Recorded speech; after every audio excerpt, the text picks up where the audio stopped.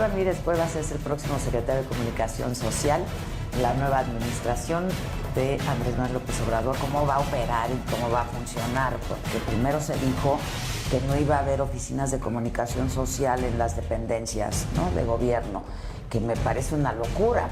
Una sola persona o una oficina no puede encargarse de toda la comunicación del gobierno. Exacto. Porque si no, acabaríamos otra vez en la época del boletín. Lo que hoy vivimos es la locura. Hoy tenemos oficinas que tienen cientos de personas trabajando y duplicando sus funciones. Es decir, sí va a haber oficina de comunicación social en cada dependencia, pero se va a reducir. Digamos que va a haber un enlace de comunicación. ¿Va a venir el Papa o no? ¿Qué tienes pensado en términos de comunicación? Sí, bueno, el gasto en publicidad del gobierno se va a reducir a la mitad.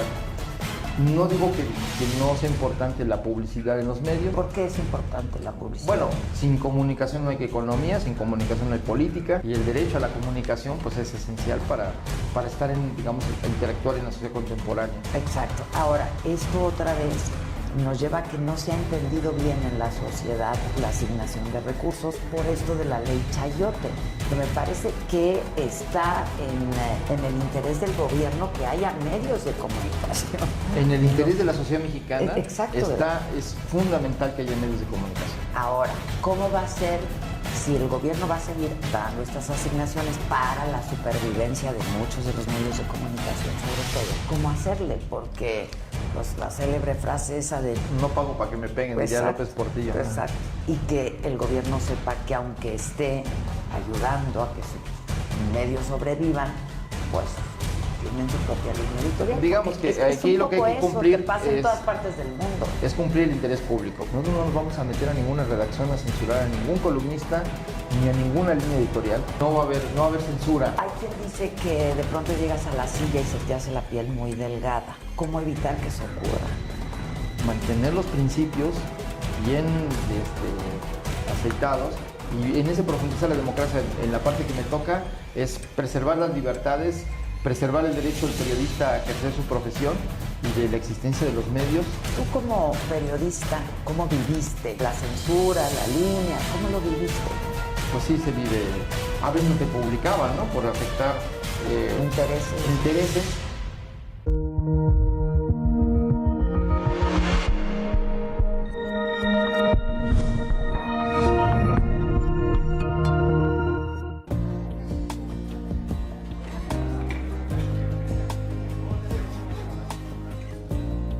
Como son Ganadores y Perdedores con Susana Sáenz, lunes a viernes 4 de la tarde, porque reconoces lo importante, el financiero Bloomberg.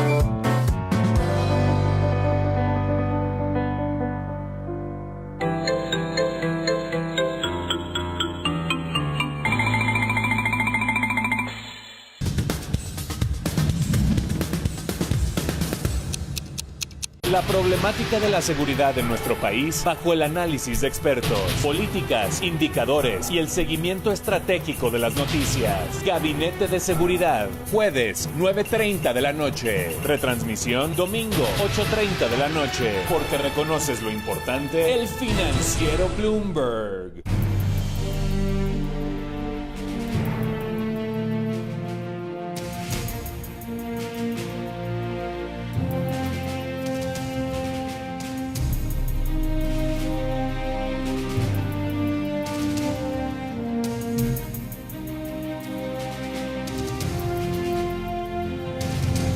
desde lo más bajo y hasta lo más sublime. Y es que exhibir luces y sombras de cada personaje se vuelve algo fascinante. Esto es En F y por Adela. Jesús Ramírez Cuevas es el próximo secretario de Comunicación Social en la nueva administración de Andrés Manuel López Obrador. Jesús, te agradezco mucho que platiques con nosotros este tema de la comunicación, que pues ha dado mucho de qué hablar recientemente, muchas planas, por cierto. Sí, ¿verdad? Sí, muchas. Tú eres periodista, esencialmente, ¿no? Escritor, periodista. Documentalista. Documentalista. Has hecho películas también, documentales. Y activista también de varias causas. Siempre en la izquierda, digamos. Pues sí, ese es mi corazón está a la izquierda. ¿Y eso te lleva a Andrés?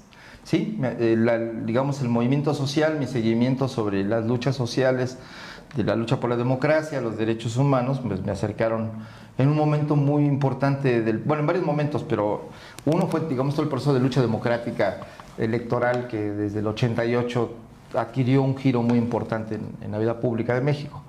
Y bueno, pues eso me acercó a todo este proceso que incluye la resistencia civil en Tabasco por Andrés Manuel. Y luego el otro momento es el momento del desafuero, cuando, digamos, esta circunstancia en la que se intenta no permitir que Andrés Manuel llegue. A todas luces, ¿no? Y no, bueno, era una maniobra ilegal y además bastante, pues muy burda. Entonces eso generó una indignación. Y entonces lo que yo vi es que quienes responden a la defensa del derecho a la candidatura de Andrés Manuel, pues era finalmente toda la izquierda, pero toda la izquierda social, la izquierda cultural, los movimientos sociales, los defensores de derechos humanos, de las causas de los indígenas, de las mujeres, etcétera.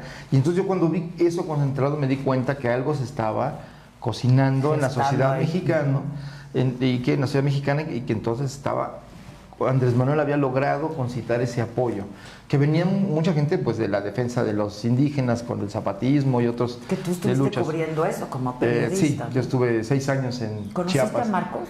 Sí, bueno, el personaje, el representante del ZLN, sí, lo entrevisté varias veces.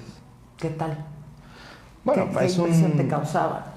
Bueno, un personaje que revolucionó la vida pública de México, transformó el lenguaje político, construyó una mitología interesante que impactó el imaginario internacional y que llevó a México y sobre todo a una región olvidada de México a ser el epicentro de la reflexión mundial sobre el futuro de la izquierda, de los movimientos y de los pueblos indígenas. Una persona que hay que reconocerle su talento de comunicación. Es lo que te iba a decir, comunicación, ¿no? Sí, que es el tema que nos ocupa ahora. Pero bueno, ahora si quieres volvemos a eso, pero me estabas contando tu acercamiento con Andrés, que bueno, primero fue como tiempos, periodista, ¿no? En esta parte de su trayectoria y en particular este momento del desafuero, donde, por cierto, en esa manifestación contra el desafuero, donde fue 1 millón de personas, que me impresionó la cantidad de personas que se convocaron a sí mismos para ir a esa protesta, y yo fui con Carlos Monsiváis, ahí nos encontramos, y luego cuando empezamos a recorrerla, pues vimos que estaban todas las luchas en el tiempo, los estudiantes del 68, los sindicalistas de los 70, líderes campesinos, dirigentes indígenas, feministas, gente por todas las causas estaban ahí. Entonces fue muy interesante ver que estaba construyéndose las causas nobles. Sí, o las causas perdidas de las que hablaba Carlos Monsiváis, que finalmente las causas perdidas que transforman a la sociedad a lo largo del tiempo, que en un momento dado son derrotadas, pero que cambian o cambian la realidad política o las leyes o también las mentalidades de la sociedad. Un ejemplo muy claro, ahora que estamos a 50 años del 68, del 2 de octubre, pues es el propio movimiento estudiantil del 68, que es quizá la simiente más inmediata que tenemos de la lucha por la democracia en este país, de las últimas décadas, y que bueno, pues está cristalizando en los últimos años todo ese proceso, ¿no? Ya. Ahora, y Carlos te acerca a Andrés, por lo que yo he leído. Bueno, yo colaboraba con Carlos y bueno, como amigo también participaba en algunos de sus filias, como yo asistía al Cineclub Emma Roldán los sábados y bueno, pues compartíamos lecturas. Bueno, él compartía sus lecturas y compartíamos gustos en algún momento y pues también causas, ¿no? Que también mucho nos reunieron las causas alrededor de... Claro, y que estar junto a Carlos coincidencias. Monsiváis, supongo que para ti pues fue súper formativo en la vida de vida. Bueno, Carlos era todo menos un maestro. Era un maestro en el sentido del totalizador de la persona. Él daba lecciones permanentemente, pero nunca adquirió el hábito del magisterio y al contrario, como que siempre eso no le gustaba. Pero sí, evidentemente el Solamente contacto y la plática. Compartir lecturas, compartir, claro, gustos. Es claro, aprendí. filias y fobias. Espero haber aprendido algo, pero sí, algo muy rico. Y que te marca en la vida profesional y personal, supongo, Sí, ¿no? y Sí, sobre todo algo que recordaba hace unos días en una entrevista sobre su trabajo cultural, toda esta vastedad del conocimiento del cine, la música, de la literatura, en fin, hasta los géneros periodísticos y de autores. Yo algún día le pregunté, bueno, ¿y todo eso para qué sirve, no? Saber tanto, ¿para qué sirve, no? Aparte de que todo el mundo diga que eres un sabio. Y creo que encontré la respuesta que yo no me imaginaba y que me marcó. Pues la cultura sirve para disfrutar la vida, para tener una mejor vida y poder apreciar lo que hay. Entonces, esa lección creo que la he intentado continuar cultivando, digamos, estos hábitos. Que de pronto, Jesús, coincidirás en que poco valor le damos a la cultura, ¿no? Y la sentimos como ajena y lejana, inaccesible, cuando que la cultura es absolutamente lo que somos y lo que hacemos de manera muy cotidiana, ¿no? Sí, claro, somos cultura. Y la cultura nos marca, y ahora que estamos en un momento de cambio... Sí, porque los gobiernos también se han olvidado de la No, cultura. ya la han dejado como elemento ornamental, como para, ahora sí que para embellecer el paisaje y los actos oficiales, o para acompañar a los funcionarios, ¿no? No, yo creo que hay que poner ahora en el centro a la cultura, los actores de la cultura, a los creadores, pero también a la sociedad, que no solo es consumidora, sobre todo ahora a partir de las nuevas tecnologías, sino también productora de significados y de elementos culturales, ¿no? Entonces, creo que estamos en un momento muy intenso a nivel cultural y que creo que tiene que acompañar este proceso de cambio y que estamos viviendo en México, que no solo es político, también va hacia un proceso de cambio social que tiene y marcado por un cambio cultural, ¿no? Ahora, ¿qué tienes pensado en términos de comunicación, Jesús? Porque me parece que el debate se ha concentrado un poco en la asignación de recursos a los medios de comunicación, que me parece que es fundamental, pero también me parece que es muy triste que se reduzca toda la comunicación a eso, ¿no? Pero es fundamental porque además pues de eso se ha hablado muchísimo. Pero ¿qué tienes pensado además de esto? Entiendo que va a haber una reducción significativa, ¿no? Del 50%, has dicho, en la reducción de presupuesto a los medios de comunicación. Sí, bueno, el gasto en publicidad del gobierno se va a reducir a la mitad, pues por razones de austeridad y de justicia, ¿no? Es mucho dinero lo que se gasta en publicidad actualmente y que no se justifica frente a las carencias que tiene el país y frente a la pobreza y la necesidad de resarcir temas de la educación, la salud, en fin, hasta la cultura. En lugar de hacer publicidad, pues mejor invirtamos en cosas que valgan la pena y de beneficio social. No digo que no sea importante la publicidad en los medios, pero creo que hay que acotarla. Se ha abusado demasiado. ¿Por qué es importante la publicidad? Bueno, más allá por de dos que razones. algunos medios sobrevivan o no. Vivimos en una sociedad donde la comunicación es el centro de la sociedad. Sin comunicación no hay economía, sin comunicación no hay política, entonces, y sin comunicación tampoco hay manera de socializar la cultura. Entonces, hoy las comunicaciones en plural y el derecho a la comunicación pues es esencial para estar interactuar en la sociedad contemporánea. Y entonces la comunicación es también pues una obligación pública, ¿no? Es un derecho de los ciudadanos y también es una obligación del gobierno para comunicar lo que está haciendo, informarle a los ciudadanos de por qué toma ciertas decisiones y mantenerse, permanentemente en comunicación. Desgraciadamente, hasta la fecha, la comunicación se ha vuelto casi monólogo, es decir, unilateral. Es decir, se habla desde el poder a la sociedad y no se recoge el sentir, las críticas y lo que está pensando la sociedad, ¿no? Entonces lo que queremos es construir una verdadera comunicación que fortalezca la vida democrática del país, es decir, empoderar al ciudadano, y en comunicación es escuchar y tomar, digamos, el parecer del ciudadano para tomar decisiones y para también responder a lo que se está haciendo, ¿no? Entonces, este es un cambio muy importante, ¿no? Es que solo así se completa el proceso de comunicación, porque si no, pero me parece que hay un actor fundamental, son ahora las redes sociales, que han democratizado muchísimo la comunicación, porque pues cualquier ciudadano, ¿no? Se ha vuelto un reportero de lo que está pasando. Entonces, pues más allá de un actor, son como protagonista. ¿Cómo los van a incluir? ¿Cómo van a Bueno, yo creo que el cambio que está habiendo en la comunicación social, es decir, pero no hablo solo de la comunicación social del gobierno, sino la comunicación que existe en la sociedad, pues está, digamos, desplazando los medios tradicionales hacia otro tipo de comunicación, no solo las redes sociales, sino también los medios digitales, que están ocupando ya un espacio cada vez mayor. Tan solo en el campo de la publicidad, que hablamos de ese tema hace rato, ya las empresas ya están privilegiando otro tipo de comunicación. Antes era la televisión, los medios electrónicos, la radio, y ahora poco a poco están desplazando, o mucho, hacia los medios digitales. No creas, cada vez tienen más, invierten más en Facebook, en todas estas, en Google AdSense, o como se llama, y cada vez menos en periódicos, medios electrónicos, radio y televisión. Entonces, también en el campo del mercado de la publicidad, que está afectando a los medios, que por eso hay una crisis, que hay que reconocer esta crisis de los medios que hay actualmente, que también tiene que ser un asunto de la política pública. Es decir, no queremos, que tenemos que fortalecer la existencia de medios. Que no desaparezcan. Es importantísimo que haya medios de comunicación, es un contrapeso, pero bueno, a través de la publicidad, ese es el fin de la publicidad, apoyar la existencia de los medios, los medios de comunicación.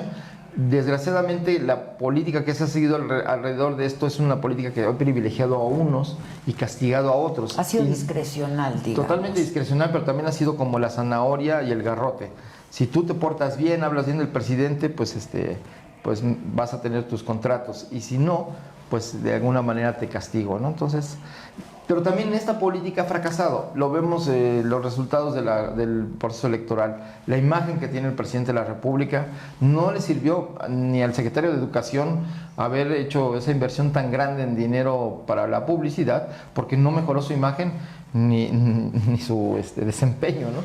ante los ojos de los ciudadanos. Entonces, pues tenemos que cambiar la lógica de la comunicación. Porque además los modelos de comunicación han cambiado también, ¿no? Ahora son más interactivos. Mucho más interactivos. ¿Cómo le van a hacer ustedes a través de lo digital para verdaderamente escuchar lo que la ciudadanía quiera decir, ¿no? Pues sí, y ahora ya que hay este canal bidireccional de manera muy digamos, directa para el ciudadano, pues tenemos que hacer uso de ella para poder acercarnos al sentir, a las necesidades, a las propias críticas y exigencias ciudadanas, ¿no? Entonces, sí lo vamos a hacer.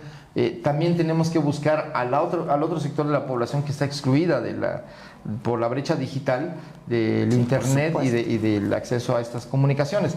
Por eso una política pública, dentro de esta política de comunicación, es hacer el Internet universal, accesible a todos. Eso es importantísimo. Porque ese ya es es como un elemento de exclusión cultural, económico, educativo, etcétera, pero central. Si tú no tienes acceso a la red, la exclusión sí viene a ser algo muy importante. Entonces, creo que el garantizar el derecho humano al acceso al Internet es fundamental para cualquier ciudadano, cualquier niño, para cualquier persona, cualquier mujer que quiera, digamos, participar del mundo, enterarte, saber las dinámicas, de conocer los productos culturales, las músicas, los videos, los mensajes.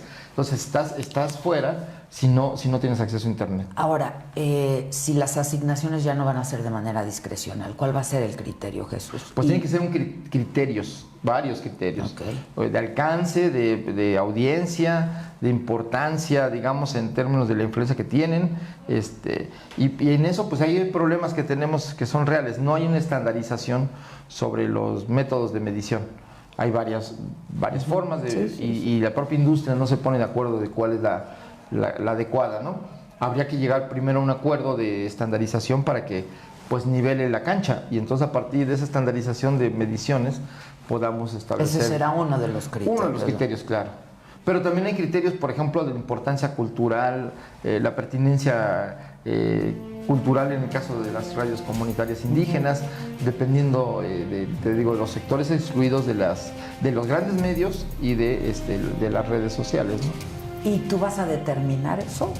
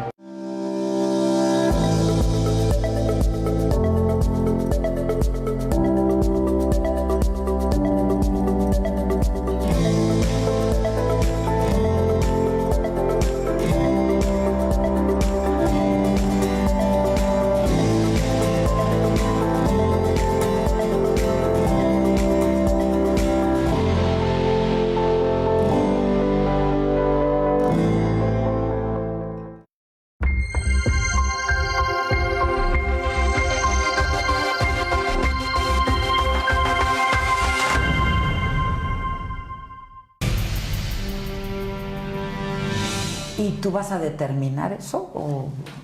Lo ideal es que eso esté en una ley, esos criterios. Okay. Porque eso es lo que en un Estado de Derecho uno esperaría, que no queden los derechos a discreción de un funcionario que elaborará un reglamento, como hoy ocurre. El reglamento se renueva cada año. Puedes quitarle o ponerle los criterios que acomoden de acuerdo a la circunstancia. Entonces, lo que creo es que sí se tienen que establecer. Estamos en un diálogo con periodistas, con los medios, con instancias no gubernamentales que se han encargado de discutir estos temas sobre la publicidad, de la relación medios y poder, para intentar a través del Congreso pues reformar la ley esta de comunicación social, conocida como ley Chayote, y que quede ahí establecido. Lo mejor para un gobierno democrático es cumplir la ley y que la propia ley marque la pauta a seguir. Y sobre todo ahora que se va a hacer un cambio más o menos radical, sí es importante esta certidumbre que da la ley, que en todo caso, pues si no se cumple, se puede impugnar las decisiones, pero una discrecionalidad, ¿cómo la impugnas? Solo claro, por la base de que a mí no me tocó. Exacto. Ahora, esto otra vez nos lleva a que no se ha entendido bien en la sociedad la asignación de recursos, o se ha abusado en la asignación de recursos por esto de la ley Chayote, que me parece que está en el interés del gobierno que haya medios de comunicación. En el interés de la sociedad mexicana. Exacto. Es fundamental que haya medios de comunicación. Es un elemento sine qua non para la democracia. Si no tenemos medios que creen esta posibilidad de debate público, de información, de contrapeso al poder, no, digamos, estamos muchos en términos democráticos. Y por eso es importante. Lo que pasa es que... los medios son una entidad de interés público. Entonces, en esa medida, reconociendo esto, es como la publicidad gubernamental ayuda, digamos, a que no le resuelve el problema económico, pero sí ayuda a que se mantengan esos medios. Exactamente. Ahora, ¿cómo va a ser si el gobierno va a seguir dando estas asignaciones para la supervivencia de muchos de los medios de comunicación, sobre todo? Es cómo no hacer que sea nada más la zanahoria y el castigo. ¿Cómo hacerle? Porque pues la célebre frase esa de no te voy a dar lana para que me madreen, ¿no? No pago para que me peguen, diría López Portillo. Exacto. ¿Cómo hacer para que eso no ocurra y que el gobierno sepa que aunque esté ayudando a que sus medios sobrevivan, pues tienen su propia línea editorial? Digamos que aquí lo que hay que cumplir que pasa en todas partes del mundo. Es cumplir el interés público. Entonces el interés público, que se vuelve una política pública y que es una política de Estado, es el fortalecimiento de los medios de comunicación. Entonces el gobierno tiene que cumplir con esa obligación que está en la ley y que esperemos que los criterios de cómo llevarlo a cabo también estén en la ley.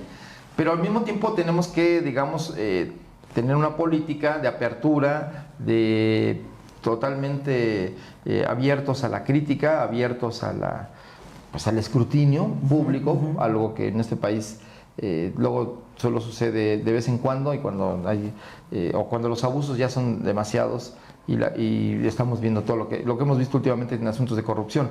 Pero yo creo que necesitamos que estos preservar la libertad de expresión, preservar la libertad editorial, preservar el derecho a la crítica como elementos centrales de la democracia. Y en el caso de Andrés Manuel López Obrador y en el caso nuestro, nosotros estamos, digamos, tanto lo platicado o las instrucciones que yo tengo de Andrés Manuel López Obrador como lo que estamos elaborando, pues parte de la base de una convicción democrática y de respeto irrestricto a las libertades. Yo recientemente en una entrevista cité un medio, no dije qué medio, pero sobre acerca de ciertos editorialistas incómodos que pudieran sentirse de críticas, que han hecho una crítica permanente a Andrés Manuel López Obrador. Les dije, si ustedes consideran en su línea editorial que eso pues les da lectores y público, pues tienen todo el derecho de poner a quien quieran. Nosotros no nos vamos a meter a ninguna redacción a censurar a ningún columnista ni a ninguna línea editorial. Lo que sí es una obligación del gobierno y del Estado es que aclarar y precisar cuando haya información que no sea exacta o cuando haya una distorsión informativa o cuando haya mala fe, pero lo haremos en el sentido puntual de precisar a los temas. Evento, pero están en ese ánimo. No va a haber censura. Hay quien dice que de pronto llegas a la silla y se te hace la piel muy delgada, ¿no? ¿Cómo evitar que eso ocurra, ¿no? Porque yo sí he escuchado que Andrés Manuel ha dicho que, ¿no?, un respeto irrestricto a la libertad de expresión y a la libertad de prensa. ¿Cómo evitar desde tu silla que eso ocurra, Jesús? Porque va a ser una silla distinta a la que has ocupado. No, sí, bueno, pero también nosotros venimos de la lucha social, venimos de la lucha democrática y venimos también de un periodismo crítico. Entonces, mantener los principios bien aceitados y también mantener, digamos, no nubilarse por el poder, no perderse en esta idea de que este encargo temporal transforma tu vida, ¿no? Al hacerte otra persona. Sí, transforma tu cotidiano. No, bueno, ya transformó mi vida cotidiana, sí, y ya me voy a perder mi intimidad y voy a perder, digamos, ciertos asuntos que cualquier ciudadano tiene, pero, digamos, por el otro lado, tengo un encargo que, pues, sobre todo, digamos, ¿cuál es la base de ese encargo? Pues el interés público y el mandato ciudadano de profundizar la democracia. Y en ese profundizar la democracia, en la parte que me toca, es preservar las libertades, preservar el derecho del periodista a ejercer su profesión y de la existencia de los medios, y también de fortalecer un sistema de medios públicos que garantice, digamos, el derecho de los ciudadanos a tener, digamos, medios que sin mediar ningún interés económico o editorial pueda acceder a la información, a la cultura, a la educación. Tú como periodista, ¿cómo has vivido, cómo viviste todo esto del castigo y el premio y etcétera, la censura, la línea? ¿Cómo lo viviste, Jesús? Bueno, pues mira, pues sí se vive. O sea, a veces que te cambian el título, a veces te cambiaban los artículos, a veces no te publicaban, ¿no? Por afectar intereses. No voy a dar detalles para no afectar medios, menos ahora en el lugar que estoy, pero sí, bueno, eso ocurría y ha ocurrido, pero lo mismo ocurría incluso a nivel en las agencias internacionales, no digo que solamente en los medios nacionales. Entonces, bueno, es algo que forma parte de la cotidianidad de un periodista. También las insinuaciones de los funcionarios de ¿no te gustaría tener unas vacaciones? ¿O no te gustaría ir y conocer acá y visitar? O tomarte un sabático, tomarte ya un no te molesta. Pero bueno, yo espero que eso no ocurra, y si ocurre, pues vamos a tener las puertas abiertas a que se denuncie a cualquier ciudadano, a cualquier funcionario que intente pues chantajear o condicionar la labor periodística. Ahora, la verdad es que la labor periodística es complicada, pero no desde la comodidad de donde estoy yo ahora, ¿no? Pero yo creo que hay que reconocer el trabajo que sobre todo pues en los últimos años han hecho colegas nuestros, reporteros, que han estado en la línea de fuego literalmente, ¿no? En este país, y que la protección ha sido pues insuficiente, ¿no? Sí. ¿Qué se va a hacer a ese respecto? Porque bueno, nosotros queremos que fortalecer el mecanismo de protección a periodistas, porque ahora es insuficiente, no dan la suficiente protección, tampoco tienen los suficientes recursos ni los elementos para preservar o apoyar a las familias de los reporteros o de quienes están desde los medios de comunicación involucrados en un asunto de persecución, amenaza, etcétera, ¿no? O y lo que queremos, estamos en un diálogo con los periodistas. Mañana asistimos a un foro sobre el tema del mecanismo de protección a periodistas. Queremos reforzarlo. Creo que una sociedad que no toma en cuenta a sus periodistas como un elemento central de la democracia, que no protege esta labor y la impulsa, creo que eso va pues es en detrimento de sus propios derechos. Finalmente los periodistas somos los ojos y los oídos de la sociedad, que a pesar del periodismo ciudadano que hoy se vive con las redes, no deja de ser una labor fundamental el periodismo profesional. Pues es la voz, porque además, es la experiencia de manejar información, es la experiencia a través de los diferentes lenguajes de la narrativa, de contar una historia. Y entonces son elementos que se construyen en el tiempo, trabajando con las palabras, trabajando con los temas, aprendiendo de las situaciones, que finalmente un periodista hasta aprende a preguntar y a escuchar, porque muchas veces pues uno tiene una formación cultural, una idea de las cosas que a veces le impide llegar a entender los procesos. Entonces, pues un reaprendizaje. El periodismo es la parte vital. Es un oficio que se va aprendiendo en el tiempo, pero también tiene esta parte, este estímulo que es aprender permanentemente cosas nuevas y también aprender a acercarse a estas cosas nuevas de la manera más adecuada. Ahora, entre estas cosas nuevas, déjame volver a el Internet de las cosas, en donde también estamos aprendiendo, ¿no? Porque estamos en ese sentido, pues en prepri, porque hay un exceso también, ¿no? De información que las más de las veces, o muchas veces, no es información verdadera, o al menos corroborada, fundamentada, etcétera, ¿no? Y yo creo que ahí también tenemos que hacer una labor pues conjunta, ¿no?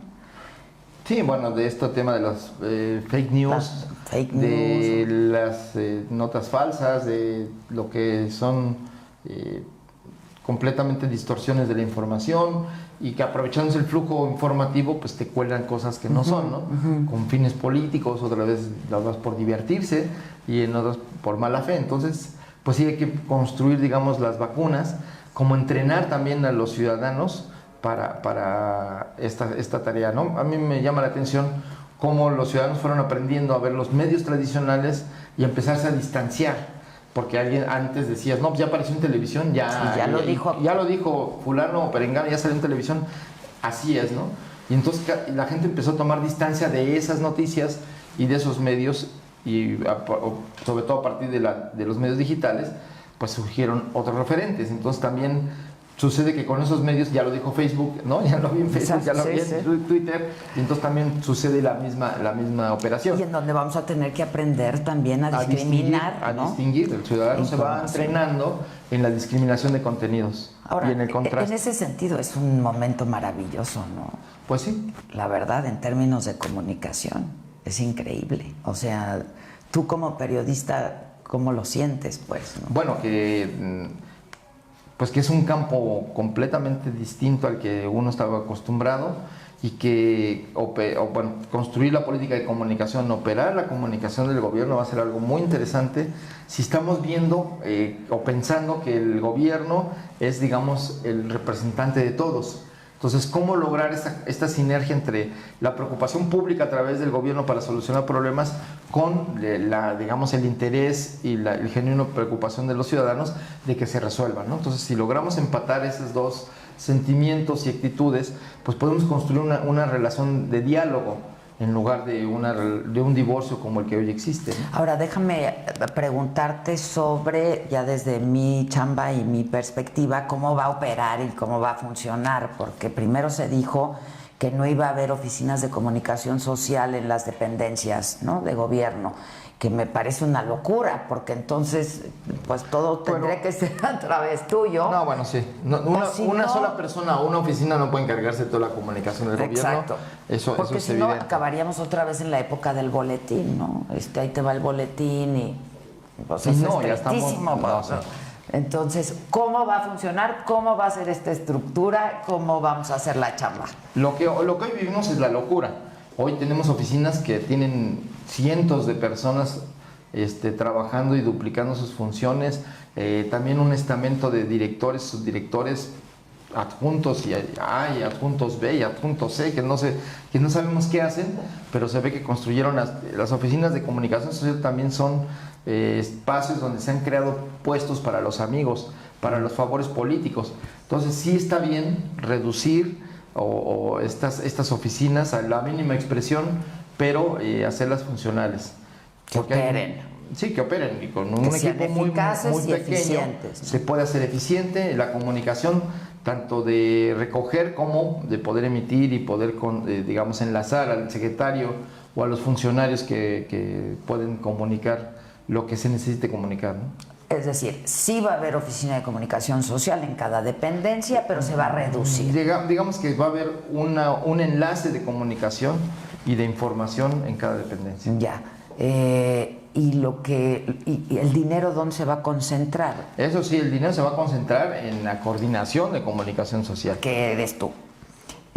Ya no va, o sea, ya tampoco va a estar a discreción del otro funcionario, ¿no? ¿A dónde se van a hacer las asignaciones? Las asignaciones se van a centralizar.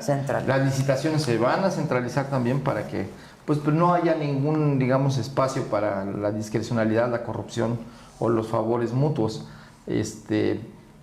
Incluso pues ahora que se presentó la ley de austeridad, estamos preocupados porque ahí establece un criterio de que ningún tipo de publicidad se contrataría por ningún órgano del Estado. Entonces nosotros queremos, eso va a afectar a los medios y queremos que... Hay que revisar eso. Hay que revisarlo para que no sea tan taxativo, que sí se use en los tiempos oficiales como está señalado. Está bien, pero ahí se refiere solo a medios electrónicos. Entonces tenemos que eso no afecte, por ejemplo, este asunto de que aunque se disminuya, sí se mantenga. Claro. Para que lo entiendan los ciudadanos, no se trata de un subsidio a los medios, sino del apoyo a una función social que cumplen los medios y que también es un asunto público y que es una obligación del Estado, digamos, fortalecer, promover que existan los medios. Y está en el interés de todos, de la sociedad, medios que sean eficaces, que hagan investigación y que le lleven la pista y le lleven la cuenta a los funcionarios, al gobierno. Ahora, tú has oído muchas veces, porque has estado de este lado, que el gobierno se queja de que quienes estamos de este lado no sabemos hacer nada más que dar malas noticias y lo mal que lo hace la administración. ¿Van a cambiar el modelo de comunicación? Porque también creo que en términos de comunicación los gobiernos han quedado a deber, ¿no? ¿Qué has pensado para cambiar, para verdaderamente comunicar lo que el gobierno quiere comunicar? Yo no creo que los medios pues nada más queramos dar malas noticias, porque alguna vez Peña dijo, el presidente no amanece con ganas de joder, el periodista pues sí amanece con ganas de cuestionar, ¿no?, de señalar, de darle luz ahí a donde no hay, etcétera. Pero pues también creo que ese no es su trabajo. es nuestra chamba, ¿no? Pero creo que no responden a los nuevos tiempos de comunicación, o sea, no saben comunicar, pues, ¿no? Pues sí, porque seguimos mudos, el poder ha estado mudo frente a los ciudadanos y lo que ha sustituido esa comunicación es la publicidad. Entonces, si queremos establecer una verdadera comunicación, necesitamos estar al pendiente de los temas de interés público, de explicar a través de esa política de comunicación la complejidad también de los asuntos que vivimos, los grandes problemas nacionales o los pequeños problemas que tienen interés público, y que también, digamos, hay esta necesidad de establecer una relación de corresponsabilidad. Es decir, los problemas que son comunes para todos los mexicanos, sí es una obligación del gobierno atenderlos y resolverlos, pero el camino para lograrlo se requiere también de la participación de los ciudadanos, porque pues, finalmente pues somos los afectados en el caso de los ciudadanos, claro, y que el gobierno está para ayudar a solucionarlos, pero que muchos de esos problemas no solo pueden resolverse desde el gobierno, sino que tienen que ver con cambios de hábitos, de comportamientos, y sobre todo de hacer visible temas. Por ejemplo, acá ahora está el tema del plástico, ¿no? Entonces tenemos que ir a hacer conciencia de toda la responsabilidad que tenemos de la contaminación de los mares, de nuestros propios basureros que están saturados por la cantidad ingente de plástico que consumimos, ¿no? Bueno, y también está el tema ahora, por cierto, de la UNAM. Y tú, como está el tema de la UNAM, Jesús, pues tú has sido multimensionado, ¿no? Recientemente. ¿Qué piensas de todo esto?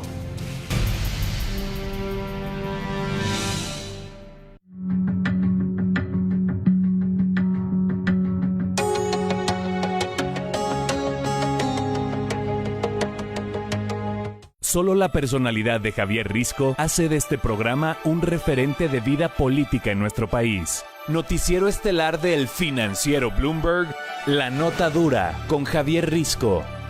Lunes a viernes, 10:30 de la noche, porque reconoces lo importante, el financiero Bloomberg.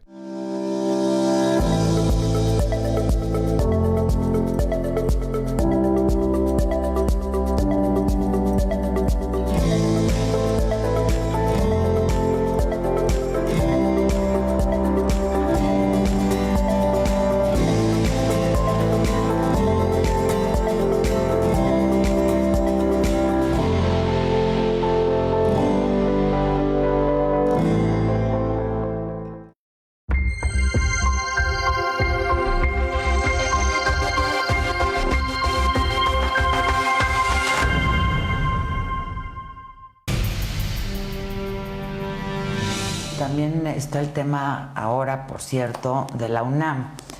Y tú, como está el tema de la UNAM, Jesús, pues tú has sido multimensionado, ¿no? Recientemente. ¿Qué piensas de todo esto? ¿Y qué crees que se tenga que hacer? Bueno, mira, ¿qué pienso de la UNAM? La UNAM es una de las instituciones más importantes de México, que hemos logrado construir una institución de educación, de investigación, de creación cultural que tiene una dimensión global, internacional, y que hay que fortalecer, proteger y preservar, y que es fundamental para la vida nacional. Tenemos, por otro lado, una nueva generación de jóvenes que aparentemente no habían aparecido en el escenario político, participaron de manera, irrumpieron de manera anónima en las elecciones, votando masivamente, algo que también inusitado, y que ahora, pues en el caso de la UNAM, esa parte de esa generación está, digamos, haciendo su primera experiencia social y política, y vemos con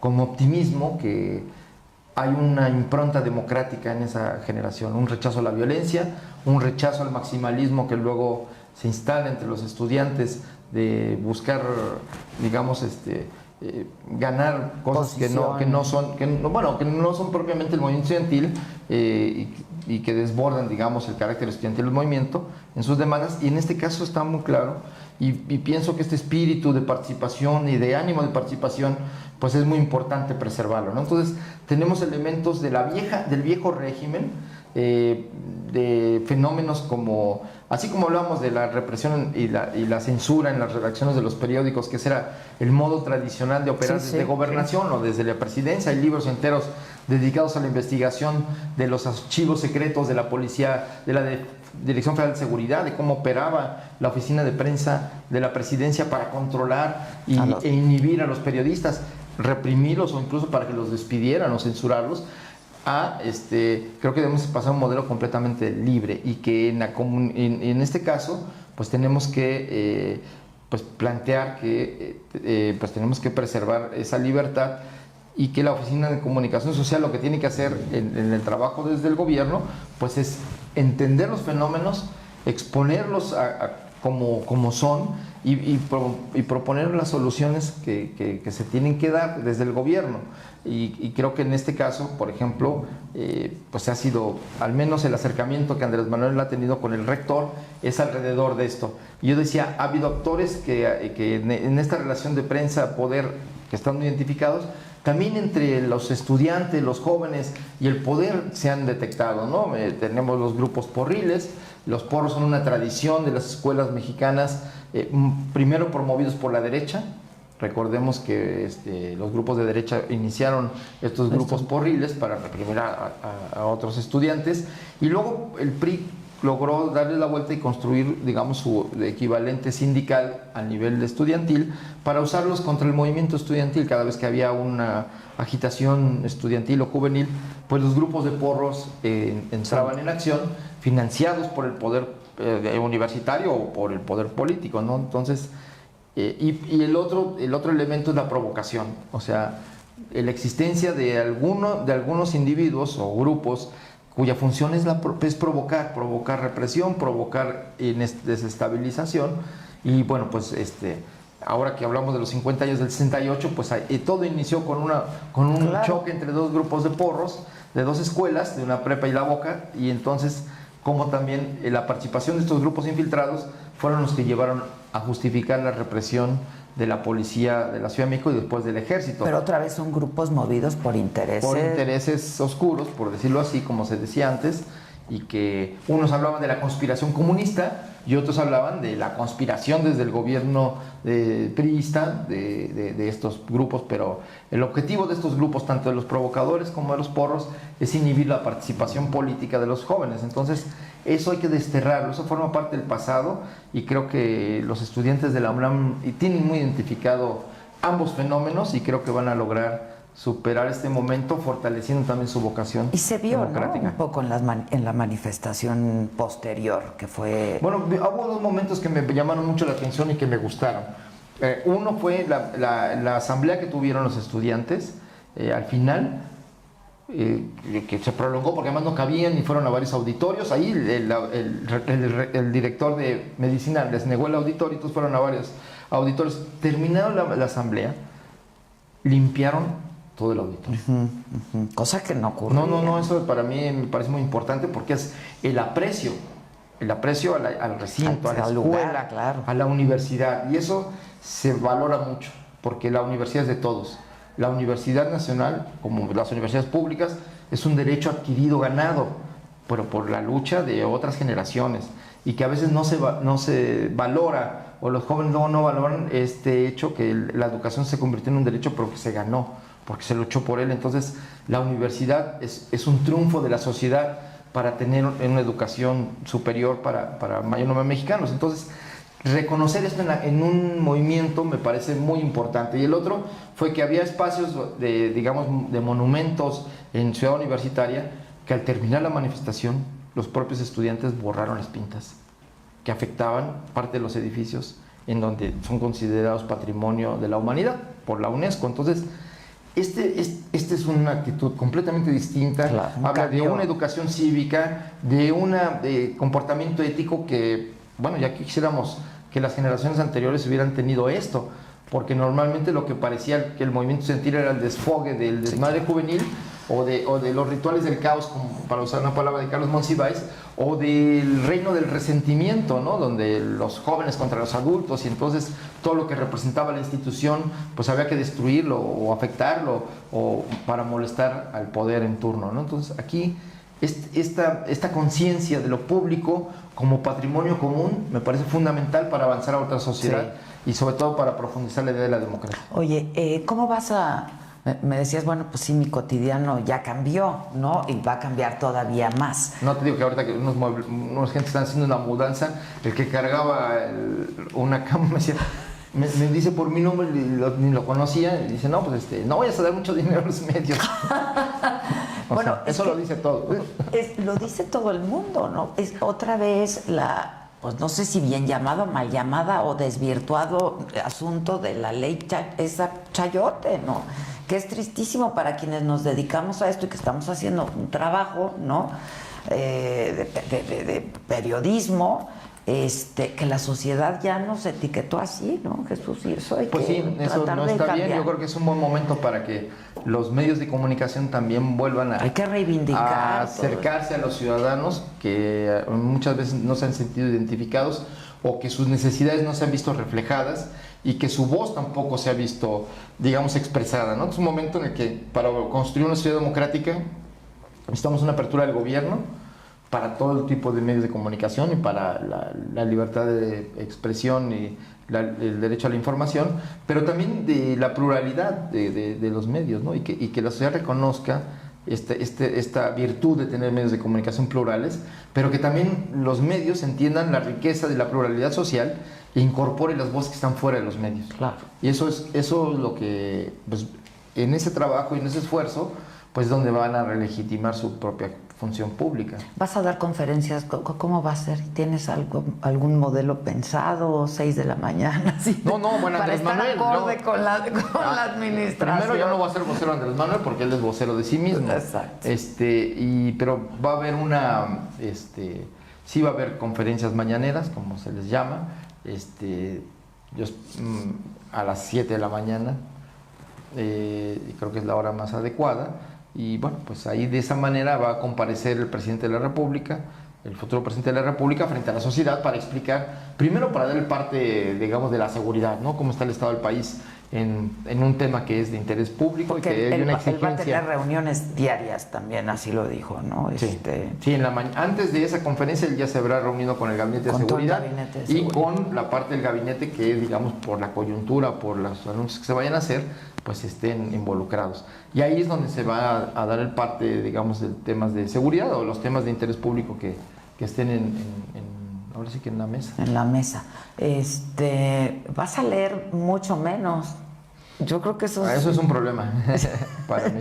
Porque eres un lector voraz, ¿no? Bueno, me encanta leer. Sí. Sí. Y tendrás poco tiempo. ¿Cómo se te notificó que serías el próximo coordinador de comunicación? Me citó Andrés Manuel y me dijo, bueno, estoy pensando en anunciar que tú podías ser el coordinador, se ha estado revisando y no sé qué opinas. Entonces, pues, ¿qué opinas? ¿Cómo se le va a negar a alguien que está dispuesto a todo, que ha dado su vida por el cambio político, y pues no se le puede negar a alguien así, que ha demostrado que está comprometido con México y con los mexicanos y que ha dado toda su vida y su tiempo? Pues no le puede decir que no a alguien así, aunque el costo personal, pues... Pero todos hay que aportar, todos tenemos que aportar algo. Desde cualquier trinchera. Y si ahora toca esto, la verdad es que yo nunca pensé en la función pública, nunca, es lo que te iba a decir, nunca busqué siempre ser desde la funcionario, oposición y ahora pues por razones del compromiso social y del mandato ciudadano y de demostrar que sí se puede hacer las cosas diferentes y que sí podemos tener un modelo de gobierno democrático y que sí se puede hacer y cumplir el sueño de un cambio verdadero, pues eso es lo que, digamos, el impulso, el motor por el cual acepto este reto, este encargo. Y bueno, pues es... Pero te entusiasma, ¿no? No, porque hombre, el reto es enorme. Sí, o sea, el reto es muy grande. Entiendo que estar sentado ahí, pues debe ser como para ti, pues qué raro, ¿no? O sea, sí, porque pero bueno, pues tu lucha ha sido desde otro... Pero afortunadamente, normalmente uno cuando llega a esos lugares ya están hechos. Ya es como ocupar un espacio construido, donde tomas posesión de una oficina, de un personal, de unas políticas dadas y de un presupuesto. En este caso. Y aquí no, aquí hay que inventar otra vez todo, hacer una reingeniería de los procesos de comunicación del gobierno, de la producción audiovisual, de la capacidad instalada, de los medios públicos, de los reglamentos y de las leyes. Y entonces todo eso pues viene a ser, sí, mucho trabajo, pero también de una posibilidad de... Solo se da pocas veces, en la historia de un pueblo se da pocas veces, y en la historia de una persona pues solo una vez. Entonces la oportunidad de acompañar este cambio democrático con una narrativa de comunicación que esté a la altura de los sentimientos, que recoja la riqueza cultural, que recoja las causas de la gente y que se reflejen en los medios de comunicación a través de la política de comunicación del gobierno, creo que va a ser sensacional. Si logramos, digamos, visualizar y ver y hacer ver esta riqueza que somos México, también esta capacidad creativa, esta capacidad de trabajo. Sobre todo creativa también, ¿no? Entonces, o sea, hay que... y reflejarla, pues ya estamos del otro lado porque vamos a cambiar nuestro imaginario, que ya está cambiando, ¿no? Abajo, pero entonces vamos a lograr construir cosas interesantes, como ese ejemplo que están dando los estudiantes de la UNAM, de redignificar nuestra vida, nuestra acción pública y volver a revalorar el país que tenemos, que es un país increíble, un país con una diversidad cultural de las mayores del mundo, de una biodiversidad que tenemos que preservar también para las futuras generaciones, y que a final de cuentas pues este territorio en el que nos tocó vivir pues tiene muchas cosas que a veces ya nos olvidamos de dónde vienen, y que no solo significan una excepción cultural o geológica o biológica, sino también digamos, una excepción en términos de su historia, del lugar que ocupa en el mundo, ahora en la globalidad.